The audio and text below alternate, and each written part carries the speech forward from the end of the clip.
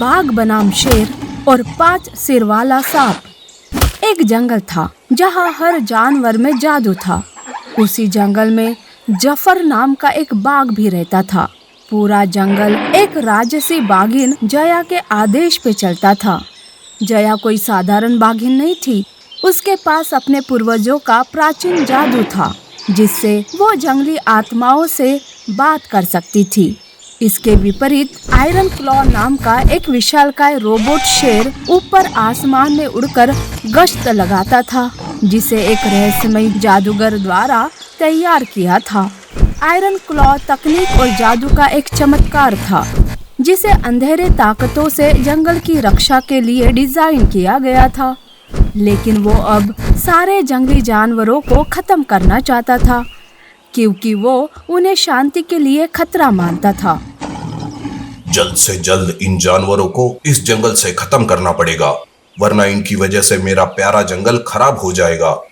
ऐसे ही एक शाम जफर शांति से नदी के किनारों पर सैर कर रहा था, जब उसे अचानक किसी चीज का एहसास हुआ।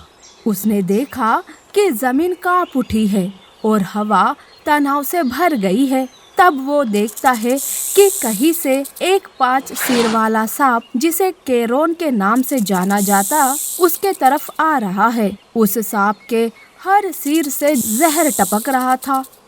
केरोन अंधकार का प्राणी था, जो सदियों की नींद के बाद जागा था, वो भी उस जादू से बदला लेने के लिए, जिसकी मदद से उसे बंद कर दिया गया था। आखिरकार मैं नींद से जाग ही गया, लेकिन यह कौन सी सदी है? सांप की फुफकार घाटी में गूंजने लगी कि तभी उस फुफकार को सुन अपनी गर्जना देते हुए आयरन क्लॉ आसमान से जमीन पर उतरा। उसका शरीर सोने के जैसे चमक रहा था। मैं तुम्हारी ये इच्छा कभी पूरी नहीं होने दूंगा। अच्छा, तो क्या तू रोकेगा मुझे? मैं तुझे चुटकियों में मसल कर रख दूंगा। जया को इन बातों से पता चल गया कि आने वाला वक्त बड़ा ही भारी होने वाला है। उसके सामने 2 विशालकाय प्राणी एक दूसरे की शक्तियाँ आजमाने वाले थे। तब वो जफर को बुलाती है और कहती है, आयरन क्लॉ, ये सांप बेहद पुराना और शक्तिशाली है। हम इसे आसानी से नष्ट नहीं कर सकते। हमें इसे फिर से बंद करने का कोई तरीका खोजना होगा, वरना हमारे जंगल का संतुलन टूट जाएगा। अब तुम जफर के साथ मिलकर इस सांप से लड़ो। लेकिन आयरन क्लॉ चुप बैठने वालों में से नहीं था। वो चिल्लाकर कहता है, जादू अराजकता पैदा करता है। सभी जादुई खतरों को खत्म करना मेरा कर्तव्य है। तो देर किस बात की है? चल शुरू हो जा। हम मिलकर जादू को खत्म कर देंगे, फिर जंगल पर हमारा राज होगा। लेकिन आयरन क्लॉ रोबोट होते हुए उसके मन में चेतना थी, जिस वजह से वो दूसरों के बारे में हमेशा सोचने पर मजबूर होता था। थोड़ी देर सोचकर उसने सांप पर हमला किया, लेकिन सांप तेज था। उसके कई सिर शेर के शक्तिशाली पंजों से बचने के लिए इधर उधर भाग रहे थे। युद्ध शुरू होते ही जंगल हिल गया। आयरन क्लॉ ने रोबोटिक शक्तियों का इस्तेमाल कर कई बमों की बौछार एक साथ सांप पर कर दी, लेकिन केरोन चकमा देने में माहिर था। वो हमलों के बीच बड़ी आसानी से बचता और आगे बढ़ रहा था। जया जफर उन तीनों को लड़ते हुए देख रही थी। उसकी चिंता बढ़ रही थी, क्योंकि तीनों पीछे हटने का नाम नहीं ले रहे थे, ये जानते हुए कि उनकी दुश्मनी उन्हें केवल विनाश की ओर ले जाएगी। लेकिन तभी जफर कहता है, ऐसे लड़ते रहोगे आयरन क्लॉ तो तुम हार जाओगे और ये सांप तुम्हें कच्चा खा जाएगा। सही कहा तुमने बाघ, तुम सब मेरी शक्ति के सामने गिर जाओगे। अच्छा, तो मैं क्या यहाँ गोटियां खेलने आया हूँ? ऐसा कहकर आयरन क्लॉ और सांप फिर से लड़ने लगते हैं। लाख समझाने पर भी आयरन क्लॉ समझ नहीं रहा था।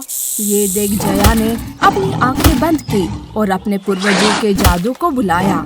उसने अपने पंजों के नीचे पृथ्वी की ऊर्जा को महसूस किया और उन्हें जफर के अंदर डाल दिया। जादू जफर के अंदर जाते ही वो एक शानदार रोशनी से घिर गया। वो ताकत महसूस करने लगा। उसी ताकत की लहर के साथ वो फिर से लड़ाई में कूद पड़ा। उसके पंजे पुराने जानवरों के आशीर्वाद और ऊर्जा से चमक रहे थे। वो भी लड़ने लगा। तभी लड़ते लड़ते जफर के दिमाग में एक शानदार विचार आया। आयरन क्लॉ, अपनी ताकत और तकनीक का इस्तेमाल करो। साथ मिलकर हम इस सांप को बांध सकते हैं। ठीक है जफर, मैं अभी इस सांप का ध्यान भटकाता हूँ। ऐसा कहकर वो सांप की ओर दौड़ा और उसका ध्यान अपनी ओर खींच लिया। आयरन क्लॉ ने स्थिति का मूल्यांकन करते हुए रुक कर सोचा। उसे याद आया कि उसे जादू को एक खतरे के रूप में देखने के लिए प्रोग्राम किया गया था, लेकिन वो राज्य की रक्षा करने की प्रवृत्ति को अनदेखा नहीं कर सकता था। तब वो कहता है, तुम्हें क्या लगता है जफर, क्या तुम्हारे पास कोई उपाय है? जब तक मैं एक बंधन मंत्र नहीं बना लेता तब तक इसे विचलित करो। तब फिर से एक बार नए आत्मविश्वास के साथ आयरन क्लॉ ने शक्तिशाली दहाड़ मारनी शुरू की, जिससे सांप का गुस्सा भड़क उठा। सांप ने हमला किया, लेकिन आयरन क्लॉ ने धातु के प्राणी की तरह आश्चर्यजनक चपलता के साथ उसे आसानी से चकमा दिया। इस बीच जफर ने अपनी ऊर्जा को केंद्रित किया, प्राचीन मंत्र का जप किया, जो जंगल के जादू को एक बंधन मंत्र में बदल देगा। ओम मणि पद्मे हूँ, ओम मणि पद्मे हूँ। जैसे ही उसने अपना मंत्र समाप्त किया, तेज प्रकाश की लहरें जमीन के अंदर से बाहर की ओर फूट पड़ी, जो सांपों के पांचों सिरों के चारों ओर लिपट गई। सांप तड़प उठा और झटपटाने लगा, लेकिन जफर का जादू और आयरन क्लॉ की तकनीक मिलकर बनी शक्ति के सामने उसका कोई मुकाबला नहीं था। ऊर्जा के एक अंतिम झोंके के साथ जफर ने मंत्र को शुरू रखा और कैरॉन प्रकाश के एक झिलमिलाते हुए चक्रव्यूह में लिपट चुका था। सांप तड़पने लगा। तभी उसने एक फुफकार लगाई, मैं तुम दोनों को नहीं छोड़ूंगा। मैं खत्म कर दूंगा इस जंगल और जानवरों के जादू को। लेकिन सांप कुछ कर पाता इससे पहले जिस वजह से रोशनी निकल रही थी, वो जगह जमीन में धंसने लगी और धीरे धीरे सांप को धरती में खींच लिया गया और फिर से उसे एक और सदी के लिए वहां बंद कर दिया गया। भारी सांस लेते हुए जफर और आयरन क्लॉ विजयी हुए। तब जया कहती है, शायद हम इतने अलग नहीं हैं। जफर और आयरन क्लॉ हम मिलकर इस जंगल को चला सकते हैं। आप ठीक कह रही हो रानी जया, हम लड़ना बंद करके साथ में काम कर सकते हैं। जफर ने भी हामी में सिर हिलाया और कहने लगा, अगर हम साथ मिलकर काम करना चुनते हैं तो जादू और तकनीक एक साथ रह सकते हैं। चलो आज प्रतिज्ञा लेते हैं कि हमारा जंगल सुरक्षित रहे, न केवल खतरों से बल्कि गलतफहमी से भी।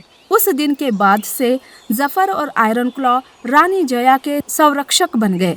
अपनी शक्तियों को एकजुट करके उन सभी के खिलाफ बचाव किया जो उनकी दुनिया के संतुलन को खतरे में डालता था।